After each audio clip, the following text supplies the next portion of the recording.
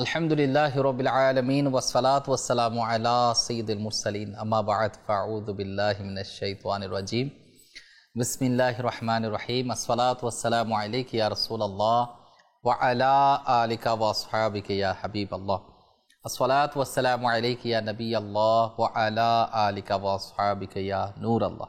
প্রিয় ইসলামী ভাইরা, মাদানী চ্যানেলের দর্শক শ্রোতা, আপনাদেরকে আরও একবার স্বাগত জানাচ্ছি মাদানী চ্যানেলের ধারাবাহিক অনুষ্ঠান দানবীরদের ঘটনা। যে যেখান থেকে দেখতে পাচ্ছেন, আশা করি মনোযোগ সহকারে শুরু থেকে শেষ পর্যন্ত আল্লাহ পাকের সন্তুষ্টির জন্য এই অনুষ্ঠানটা দেখবেন। আমি আল্লাহ পাকের সন্তুষ্টির জন্য আপনাদের সম্মুখে কিছু বলার চেষ্টা করব। আল্লাহ পাকের পেয়ারা নবী রাসূল করিম সাল্লাল্লাহু আলাইহি ওয়াসাল্লামের উপর দুরূদ শরীফ পাঠ করার ফজিলত কিতাবের মধ্যে বর্ণিত রয়েছে। যেভাবে রাসূল করিম সাল্লাল্লাহু আলাইহি ওয়াসাল্লামের উপর দুরূদ শরীফ পাঠ করার ফজিলত কিতাবের মধ্যে আসছে, ঠিক অনুরূপভাবে যদি কেউ রাসূল করিম সাল্লাল্লাহু আলাইহি ওয়াসাল্লামের উপর দুরূদ শরীফ না পড়ে, দুরূদ শরীফ পড়ার ক্ষেত্রে যদি কেউ কৃপণতা করে, তার ব্যাপারেও কিন্তু হুকুম কিতাবের মধ্যে আসছে। যেমন আব্দুর রাজ্জাক কিতাবের মধ্যে আসছে, রাসূল করিম রফুর রাহিম সাল্লাল্লাহু আলাইহি ওয়াসাল্লাম ইরশাদ ফরমান, যার নিকট আমার আলোচনা হলো এবং সে আমার উপর দুরূদ শরীফ পড়ল না, সে জুলুম করল। নবী করিম সাল্লাল্লাহু আলাইহি ওয়াসাল্লামের আলোচনা হওয়ার সাথে সাথে দুরূদ শরীফ পাঠ করা এটা একান্ত আবশ্যক রয়েছে, এবং যদি কেউ পাঠ না করে তাহলে সে নবী করিম সাল্লাল্লাহু আলাইহি ওয়াসাল্লাম বলে সে যেন জুলুম করল। তো নবী করিম সাল্লাল্লাহু আলাইহি ওয়াসাল্লাম যাদেরকে জুলুমের মধ্যে শামিল করতেছে দরুদ না পড়ার কারণে, আমরা কেন সেদিকে ধাবিত হব? সেখান থেকে আমাদেরকে হেফাজত করুক আল্লাহ পাক রব্বুল আলামিন। আমরা দুরূদ শরীফ পাঠকারীদের মধ্যে অন্তর্ভুক্ত হব, কারণ নবী করিম সাল্লাল্লাহু আলাইহি ওয়াসাল্লাম ইরশাদ ফরমান যে আমার উপর দুরূদ শরীফ পাঠ করো, আল্লাহ তাআলা তোমাদের উপর রহমত নাজিল করবেন। তো আমরা যদি চাই আমাদের উপর রহমত নাজিল হোক, রহমত বরকত নাজিল হোক, আমাদের উচিত আমরা নবী করিম সাল্লাল্লাহু আলাইহি ওয়াসাল্লামের উপর বেশি পরিমাণে দুরূদ শরীফ যেন পাঠ করি।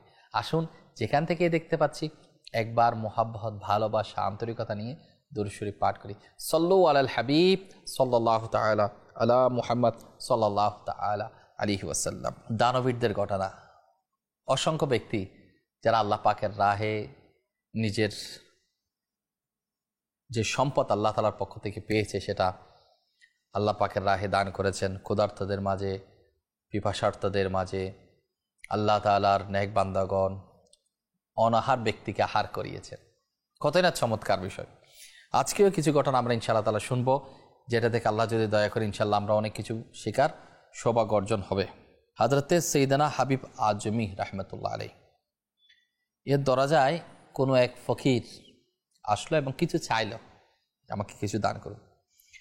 তো হাবিব আজমি রাহমাতুল্লাহ আলাইহির সম্মানিতা স্ত্রী খামির করা আটা রেখে পড়শি থেকে আগুন নিতে গেলেন যাতে রুটি রান্না করা যায়। তৈরি করছে রুটি। তিনি রাহমাতুল্লাহ আলাইহি ওই আটা তুলে ফকিরকে দিয়ে দিলেন, যাও এগুলো নিয়ে যাও। যখন তার স্ত্রী আগুন নিয়ে আসলেন তখন দেখলো আটা তো অদৃশ্য হয়ে গেছে, আটা তো সেখানে নাই, তার স্বামী আটা তো দিয়ে দিয়েছে। তো তিনি রাহমাতুল্লাহ আলাইহি বললেন সেগুলো রুটি তৈরি করার জন্য নিয়ে গেছেন। অনেক জিজ্ঞাসা করার পর তিনি রাহমাতুল্লাহ আলাইহি দান করে দেওয়ার ঘটনাটি বললেন। প্রথমে সম্মানিত স্ত্রী মনে করছেন কাউকে দিয়েছে রুটি তৈরি করার জন্য, সেজন্য এখান থেকে গায়েব হয়েছে, অদৃশ্য হয়েছে। পরবর্তীতে স্বীকার করলেন যেগুলো তিনি দান করে দিয়েছেন। তো স্ত্রী রাহমাতুল্লাহ আলাইহি বললেন সুবহানাল্লাহ, এটা তো খুবই ভালো কথা, খুবই চমৎকার কথা যে আমাদের তো খাবারের দরকার আছে। এর মধ্যে এক ব্যক্তি একটা বড় থালা ভরে মাংস ও রুটি নিয়ে আসলো। রুটি তৈরি করার জন্য প্রস্তুত, রুটি দিয়ে দিল, রুটির খামির দিয়ে দিল।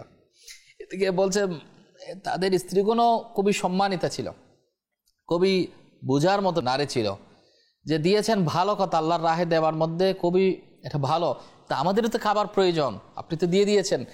আর কি হলো যে কোনো এক ব্যক্তি এসে বড় থালা করে মাংস এবং রুটি নিয়ে আসলো। তখন ওই বুজুর্গ রাহমাতুল্লাহ আলাইহি বললেন, দেখো তোমাকে কত তাড়াতাড়ি ফিরিয়ে দেওয়া হলো, যেমন রুটিও তৈরি করা দেওয়া হলো আর তার উপর মাংসের তরকারিও পাঠিয়ে দেওয়া হলো। সুবহানাল্লাহ। এই ঘটনাটা রওজুর ইয়াহিনের মধ্যে আসছে। আল্লাহ পাক আমাদেরকে বোঝার তৌফিক দান করুন যে সাদকা করার মাধ্যমে কমে যায় না। আল্লাহ পাকের পেয়ারা হাবিব সাল্লাল্লাহু আলাইহি ওয়াসাল্লাম ইরশাদ করেছেন, সদকা করো বৃদ্ধি পাবে। আমাদের প্রিয় আকা মুনিব আমার রাসূল সাল্লাল্লাহু আলাইহি ওয়াসাল্লাম বলছেন, সদকা করো বেড়ে যাবে, আল্লাহ রাস্তায় দাও বেড়ে যাবে। আর আমরা যদি মনে করি কমে যাবে, তাহলে ঈমান কেমন? আল্লাহ রাসূল সাল্লাল্লাহু আলাইহি ওয়াসাল্লাম যেটা বলেছেন সেটার মেনে নেওয়া, সেটার উপর আমল করার নামই হচ্ছে ঈমান। আশা করি আপনারা বুঝতে পেরেছেন। আমরা ইনশাআল্লাহ আল্লাহ তাআলার রাহে দিব। যে নগদে বোঝা যায় যে এখন একটা জিনিস দিলাম, আবার সাথে সাথে ফিরে আসলো, সুবহানাল্লাহ। তো আল্লাহ তাআলার রাহে দেওয়ার আটা দিয়েছে, তো শুধু আটা তৈরিকৃত রুটি আসে না, সাথে তরকারিও ফিরে পেয়েছে, অন্য একজন তার ঘরের মধ্যে দিয়ে গিয়েছেন, সুবহানাল্লাহ। তো আল্লাহ তাআলার রাস্তায় দেওয়ার মধ্যে কমে যায় না, বরঞ্চ বৃদ্ধি পায়।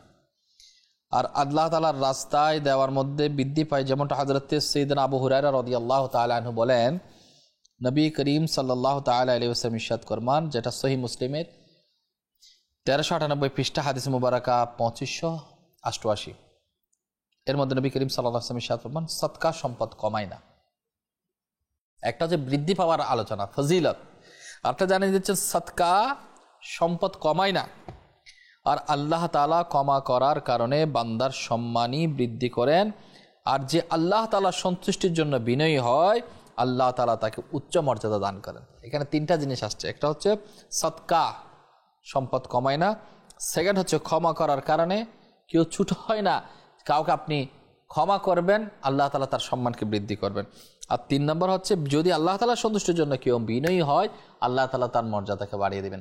এখন আমাদের মধ্যে অনেকে খেয়াল করে, যদি আমি বিনয়ী হই, আমি ছোট হচ্ছে কিনা, আমি লজ্জিত হচ্ছে কিনা, আমি যদি কাউকে ক্ষমা করি সে আমাকে দুর্বল ভাববে কিনা, আমি সদকা করলে কমে যাবে কিনা।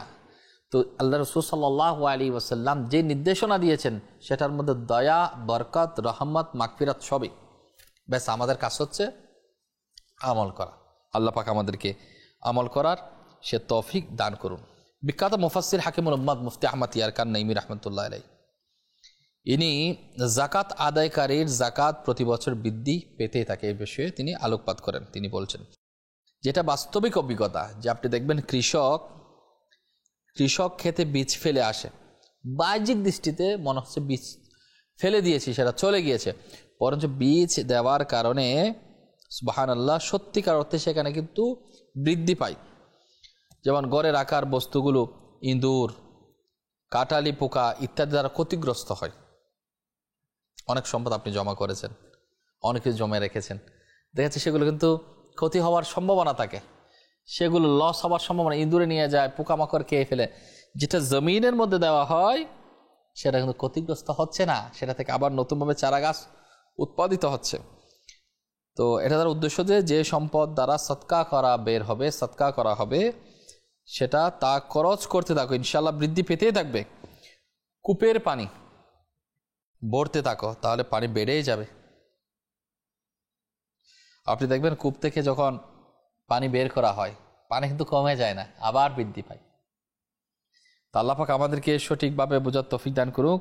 আমরা যাতে আল্লাহ পাকের আযাবকে ভয় করি, আল্লাহ পাকের রাহে দিই, আল্লাহ পাক যাদেরকে দেওয়ার জন্য নির্দেশ দিয়েছেন তাদের কাছে দিই। সাথে সাথে এটাও খেয়াল রাখতে হবে যে আল্লাহ তাআলা দেওয়া রাহে তো দিব, সাথে সাথে যাকাতের হিসাবের ক্ষেত্রে আমরা যেটা একটু সচেতন হই।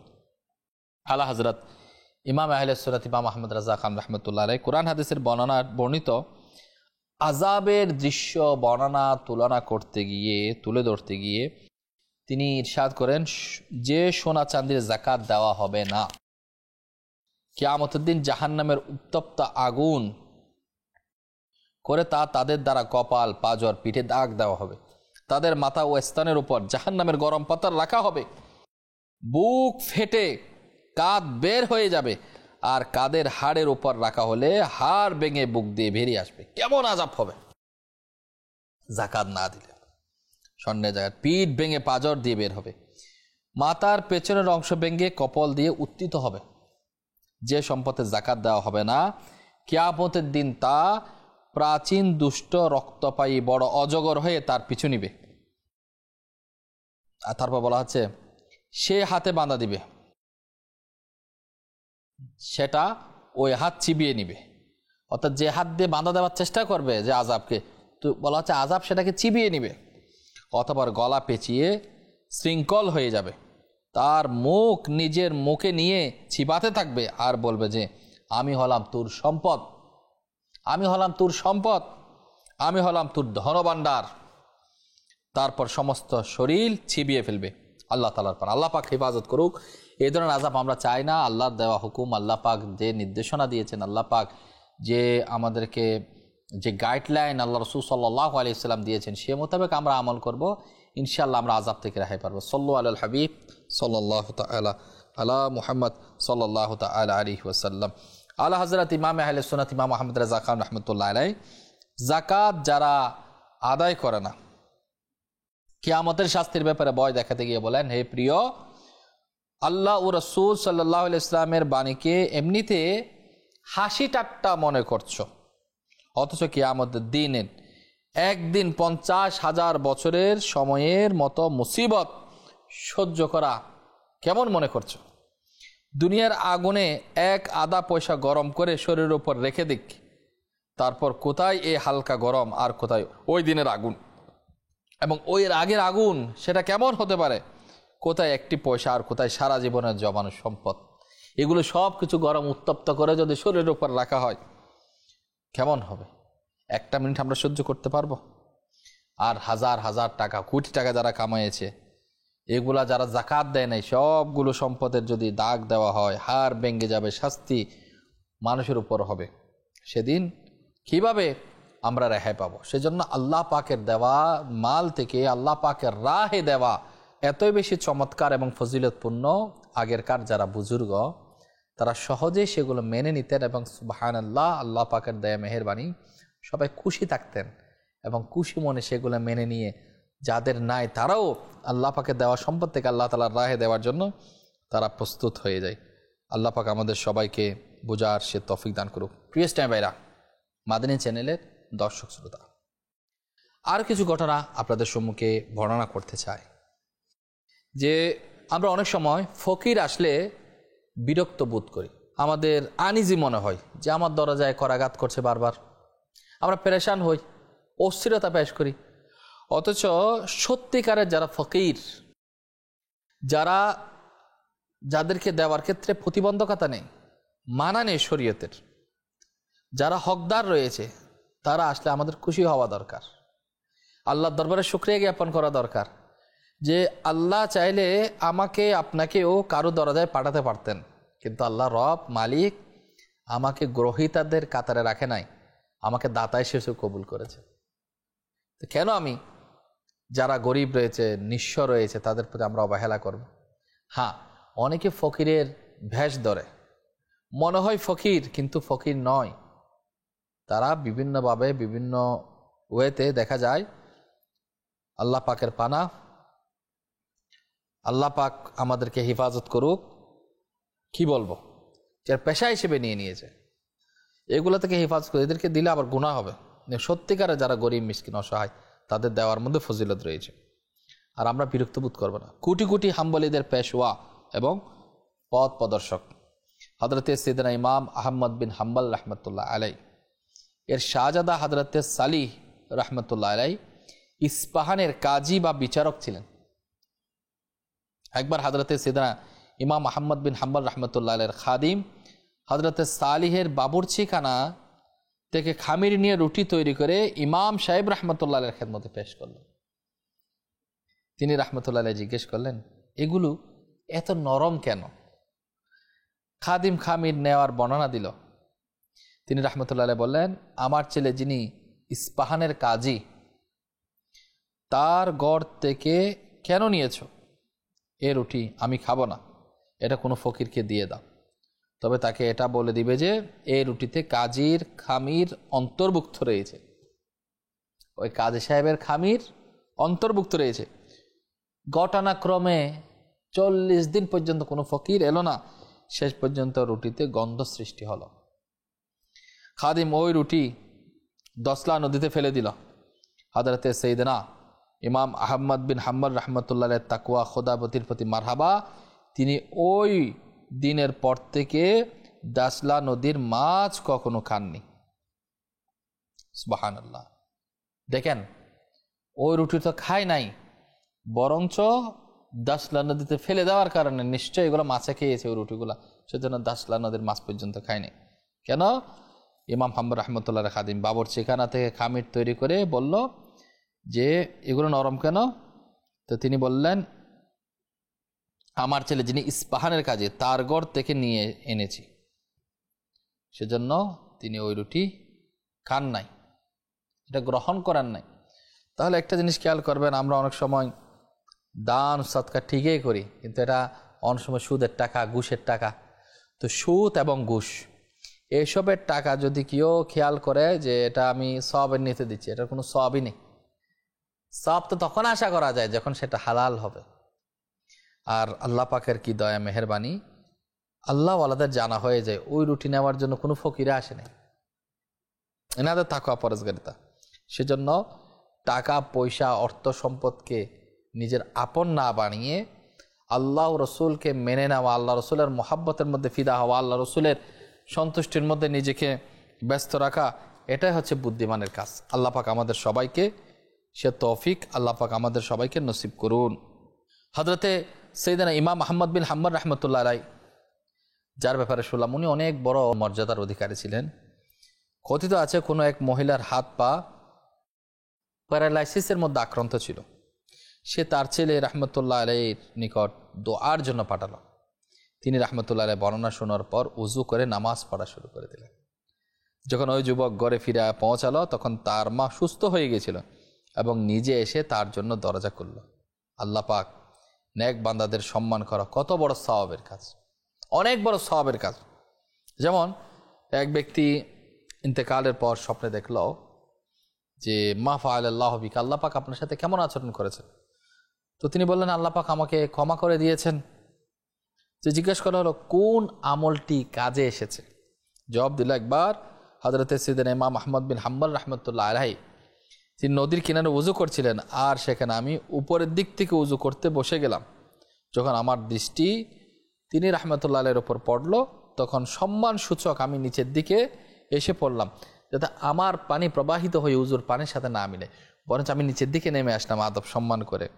ওই অলির প্রতি সম্মান করার কারণে আমলটি আমার কাজে চলে আসছে যে আল্লাহ পাক আমাকে ক্ষমা করে দিয়েছে।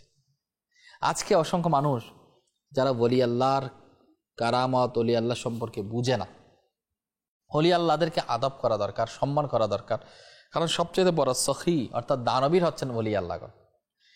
একটা হচ্ছে সম্পদ দান করা, একটা হচ্ছে সম্পদ দান করা, মাল সম্পদ দান করা।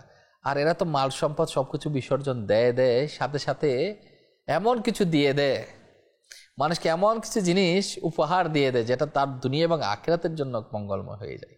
কাউকে আমলদার বানিয়ে দেয়, কাউকে নেককার বানিয়ে দেয়, কাউকে পরেশকার বানিয়ে দেয়, কাউকে নবী প্রেমিক বানিয়ে দেয়। সেজন্য আমাদের উচিত আমরা যেন আল্লাহ তাআলার নেক বান্দাদের সংস্পর্শে থাকার চেষ্টা করি। ইনশাআল্লাহ তাআলা সেটা আমাদের জন্য দুনিয়া এবং আখিরাতের জন্য কামিয়াবি হবে। আসুন আমরা একবার মুহাব্বত সহকারে নবী করিম সাল্লাল্লাহু তাআলা আলাইহি ওয়াসাল্লামের উপর দরুদ শরীফ পাঠ করি। সাল্লু আলাল হাবিব সাল্লাল্লাহু তাআলা আলা মুহাম্মদ সাল্লাল্লাহু তাআলা আলাইহি ওয়াসাল্লাম। প্রিয় ইসলামেরা, মাদানী চ্যানেলের দর্শক শ্রোতা, আজকে আমরা যারা রাসূল করিম সাল্লাল্লাহু আলাইহি ওয়াসাল্লামের মুহাব্বতের দাবিদার, সত্যি কি আমরা নবী করিম সাল্লাল্লাহু আলাইহি ওয়াসাল্লামের জীবন আদর্শ নিয়ে কখনো চিন্তা ভাবনা করা, স্টাডি করা, সে কাজটাকে আমরা কখনো করেছি? করলে তো ওয়েল, যদি না করে আমাদের উচিত আমরা যাতে একটু স্টাডি করা, যাতে আমাদের বুঝে চলে আসে। একটা ঘটনা আপনাদেরকে শোনাবো, মনোযোগ সহকারে শোনার চেষ্টা করেন। এটা আমাদের জন্য দুনিয়া আখিরাতের জন্য সুন্দর একটা ব্যবস্থাপত্র হবে ইনশাআল্লাহ তাআলা। হযরতে সাইয়েদনা ইরবাস বিন সারিয়াহ রাহমাতুল্লাহ আলাইহি বলেন, তাবুক যুদ্ধের রাতে নবী করিম রফুর রাহিম সাল্লাল্লাহু আলাইহি ওয়াসাল্লাম হযরতে বিলাল রাদিয়াল্লাহু তাআলা আনহু ইরশাদ করলেন, হে বিলাল, তোমার নিকট খাওয়ার কিছু আছে? আমার রাসূল সাল্লাল্লাহু আলাইহি ওয়াসাল্লাম বিলাল রাদিয়াল্লাহু তাআলা আনহুকে জিজ্ঞাসা করছেন, তোমার কাছে খাবার কিছু আছে? বিলাল রাদিয়াল্লাহু তাআলা আনহু আরজ করলেন, হুজুর, আপনার প্রতিপালকের শপথ, ওই রব আল্লাহ তাআলার শপথ, আমাদের তো খাদ্যের তলে খালি হয়ে গিয়েছে। হুজুর করিম সাল্লাল্লাহু আলাইহি ওয়াসাল্লাম বললেন, ভালোভাবে দেখো, নিজের খাদ্যের থলি ঝেড়ে নাও, হয়তো কিছু বের হবে। ওই সময় আমরা 3 জন ছিলাম, সবাই নিজ নিজ খাদ্যের থলে ঝাড়লে মোট 60টি খেজুর বেরিয়ে আসলো। সবাই আপন আপন ব্যাগ ঝাড়তে রইল, 60টি খেজুর বেরিয়ে আসলো। নবী করিম সাল্লাল্লাহু আলাইহি ওয়াসাল্লাম সেগুলোকে একটি পৃষ্ঠের উপর রেখে সেগুলোর উপর আপন হাত মোবারক রাখলেন এবং ইরশাদ করলেন, বিসমিল্লাহ পড়ে খেয়ে নাও। আমরা 3 জন আল্লাহ পাকের পেয়ারা হাবিব রাসূল করিম সাল্লাল্লাহু আলাইহি ওয়াসাল্লাম এর বরকতময় হাতের নিচ থেকে উঠিয়ে ভালোভাবে খেলাম। আল্লাহ রাসূল সাল্লাল্লাহু আলাইহি ওয়াসাল্লাম দয়ার হাত সামনে অগ্রসর করেছেন আর আমরা নিচ থেকে খেতে রইলাম। হযরতে সাইয়েদনা বিলাল রাদিয়াল্লাহু তাআলা আনহু বললেন, আমি বিচিগুলো বাম হাতে রাখছিলাম। যখন আমি পরিতৃপ্ত হয়ে সেগুলো গণনা করলাম তখন দেখলাম 54টি। খেজুর ছিল 60টি। খাওয়ার পরে এদিকে খেতে রইল আর বিচি রাখতে লাগলো। দেখতে দেখতে দেখতে বিচির সংখ্যা হয়ে গেছে 54টি। এইভাবে আমরা 2 জন সাহাবীও পরিতৃপ্ত হয়ে গেলাম। যখন আমরা খাবার খেতে হাত উঠিয়ে নিলাম তখন আল্লাহর পেয়ারা মাহবুব সাল্লাল্লাহু আলাইহি ওয়াসাল্লামের বরকতময় হাত সেখান থেকে উঠিয়ে নিলেন। ওই 60টি খেজুর আগের মতো বিদ্যমান ছিল। দয়া, আল্লাহ রাসূল সাল্লাল্লাহু আলাইহি ওয়াসাল্লামের কেমন দয়া! আমার রাসূল সাল্লাল্লাহু আলাইহি ওয়াসাল্লামের প্রাণপ্রিয় সাহাবাগণ ক্ষুধার্ত অবস্থায় 60টি খেজুর অবশিষ্ট রয়ে গেল। এদিকে এটা 54টি গনে নিল, যে খাইতে খাইতে 54টি খাইল বিচি। খেজুর খেয়ে বিচি 54টা গণনা করলো। এদিকে হাত মোবারক যখন উঠালেন দেখেন 60টি আগের মতোই বিদ্যমান রয়েছে। মদিনার তাজেদার হুজুর করিম সাল্লাল্লাহু আলাইহি ওয়াসাল্লাম ইরশাদ ফরমান, হে বিলাল, এগুলো হিফাজতে রাখো এবং এগুলো থেকে কেউ খাবে না, পরবর্তীতে কাজে আসবে। বিলাল রাদিয়াল্লাহু তাআলা আনহু বললেন, আমরা এগুলো খাইনি। যখন পরবর্তী দিন এলো, খাওয়ার সময় হলো, রাসূল করিম সাল্লাল্লাহু আলাইহি ওয়াসাল্লাম ওই 60টি খেজুর আনার জন্য ইরশাদ করলেন। তখন হুজুর সাল্লাল্লাহু আলাইহি ওয়াসাল্লাম পুনরায় আগের মতো সেগুলোর উপর হাত মোবারক রাখলেন এবং বললেন, বিসমিল্লাহ বলে তোমরা খেয়ে নাও। তখন আমরা ছিলাম 10 জন, খেজুর আছে তো 60টা, আমরা ছিলাম 10 জন, সবাই পরিতৃপ্ত হয়ে গেলাম। নবী করিম সাল্লাল্লাহু আলাইহি ওয়াসাল্লাম আপন হাত মোবারক উঠালেন, তো আমরা দেখতে পেলাম ওই 60টি খেজুর আগের মতোই বিদ্যমান আছে। নবী করিম সাল্লাল্লাহু আলাইহি ওয়াসাল্লাম ইরশাদ করলেন, হে বিলাল, যদি আল্লাহ তাআলার প্রতি লজ্জা না হতো তবে মদিনা ফিরে যাওয়া পর্যন্ত এই 60টি খেজুর খেতেই থাকতাম। আল্লাহ পাক ওই 60টি খেজুরের মধ্যে বরকত দিয়েছে। হাত মোবারক রাখলেন, নিচ থেকে সাহাবারা খেতে রইলেন। তো প্রথম দিন খেলো, পরের দিন 10 জন খেলো, পরিতৃপ্ত হওয়া। আসলে কয়েকটা খেজুর খেলে তো পরিতৃপ্ত হয় না, তাহলে অনেক কতটুকু খেলে পরিতৃপ্ত হয় আপনারাই বুঝতে পারছেন। তা আল্লাহ রাসূল সাল্লাল্লাহু আলাইহি ওয়াসাল্লাম বললেন, হে বিলাল, আল্লাহ তাআলার প্রতি লজ্জা না হতো তবে মদিনায় ফিরে যাওয়া পর্যন্ত এই 60টি খেজুর খেতেই থাকতাম। তারপর রাসূল করিম সাল্লাল্লাহু আলাইহি ওয়াসাল্লাম ওই খেজুরগুলো একটি ছেলেকে দান করে দিলেন আর সে ওগুলো খেয়ে চলে গেল।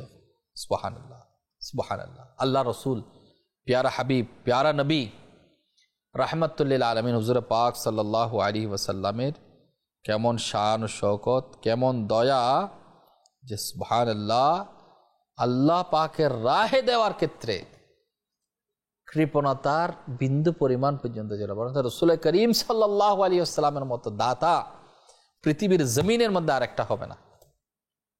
কেমন দাতা! সাহাবারা এদিকে ক্ষুধার্ত অবস্থায়, একটা হচ্ছে বরকত, একটা হচ্ছে মুজিজা প্রকাশ করা, মুজিজা প্রকাশিত হওয়া, আর একটা হচ্ছে মুজিজা প্রকাশিত হওয়ার সাথে সাথে ওই 60টি খেজুর রেখে না দিয়ে এই অবস্থার মধ্যেও যখন কিছুই নেই ওই সময় আল্লাহ রাসূল সাল্লাল্লাহু আলাইহি ওয়াসাল্লাম সেই 60টি খেজুর দান করলেন, যাও খেয়ে পরিতৃপ্ত হয়ে যাও। সুবহানাল্লাহ। আজকে আমাদের অবস্থাটা কি? যে জিনিসটা আমাদের ভালো লাগে, যে জিনিসটা ভালো লাগে সেটা আমরাই খেতে চাই, যে জিনিসটা আমাদের পছন্দ সেটা আমাদের আয়ত্তে রাখতে চাই, যেটা পছন্দ না সেটা আমরা অপরকে দিতে চাই। রাসূল করিম সাল্লাল্লাহু আলাইহি ওয়াসাল্লাম নিজের পছন্দ নিজে বিলীন করেছেন, ক্ষুধার্ত থাকা অবস্থায় নিজের সাহাবাদেরকে খাওয়াইয়েছে। আমাদের অবস্থাটা কি? আমাদের বর্তমান সময়, বর্তমান প্রেক্ষাপটটা কি? আমরা কি একটু নিজেদের মধ্যে পরিবর্তন আনতে পারি না? আমরা কি নিজেদেরকে একটু চেঞ্জিং করতে পারি না? যদি নিজেদেরকে আমরা একটু চেঞ্জ করতে পারি, তাহলে আমাদের জন্য দুনিয়া এবং আখিরাতের মধ্যে কল্যাণ রয়েছে। আজকে আমরা সম্পদ জমা করা, হ্যাঁ, আল্লাহ তাআলার রাহে দেওয়ার পরে যাকাত যথাযথভাবে আদায় করার পর পরিবারের জন্য, আত্মীয় স্বজন, যেখানে যেখানে সম্পদের হক রয়েছে সেখানে বরাবর দেওয়া, এটা নিঃসন্দেহে ভালো কাজ। এরপরে আপনি সম্পদ জমা রাখতে পারেন, কিন্তু এমন তো নয় যে আমি ফরজ ত্যাগ করলাম, ওয়াজিব ত্যাগ করলাম, যাকাত দিলাম না, আল্লাহ পাকের রাহে দিলাম না, আমার পার্শ্ববর্তী মানুষ না খেয়ে আছে, আমি মানবতার দিক দিয়ে একটু থাকালাম না, এমন তো নয়। যদি এমনটা হয় সেটা হচ্ছে সম্পদের লোভ। একটা জিনিস আপনাদেরকে জানাই, হুজ্জাতুল ইসলাম হযরত সাইয়্যিদনা ইমাম গাজ্জালী রাহমাতুল্লাহ আলাইহি বলেন যে হযরত হাসান বসরি রাহমাতুল্লাহ আলাইহি বলেন, আল্লাহ পাকের শপথ, যে ব্যক্তি সম্পদ, দিরহাম, সম্পদের সম্মান করে, রব্বুল ইজ্জত তাকে অপমানিত করেন। অনেকে দেখবেন সম্পদকে সম্মান করে, সম্পদকে সম্মান করে, আল্লাহ তাআলা তাদেরকে অপমানিত করে। কিতাবের মধ্যে বর্ণিত আছে, সর্বপ্রথম যখন দিরহাম আবিষ্কার হয়, দিনার তো তৈরি হলে শয়তান সেগুলোকে তুলে নিজের কপালের মধ্যে রাখে, তারপর সেগুলোকে চুম্বন করে, এগুলো এবং বলে যে এগুলোকে ভালোবাসবে সে আমার গোলাম। তখন আপনি বলুন, আপনি কি শয়তানের গোলাম হবেন না আল্লাহ তার রসুলের গোলাম হবেন? শয়তানের গোলাম হওয়া মানে কি?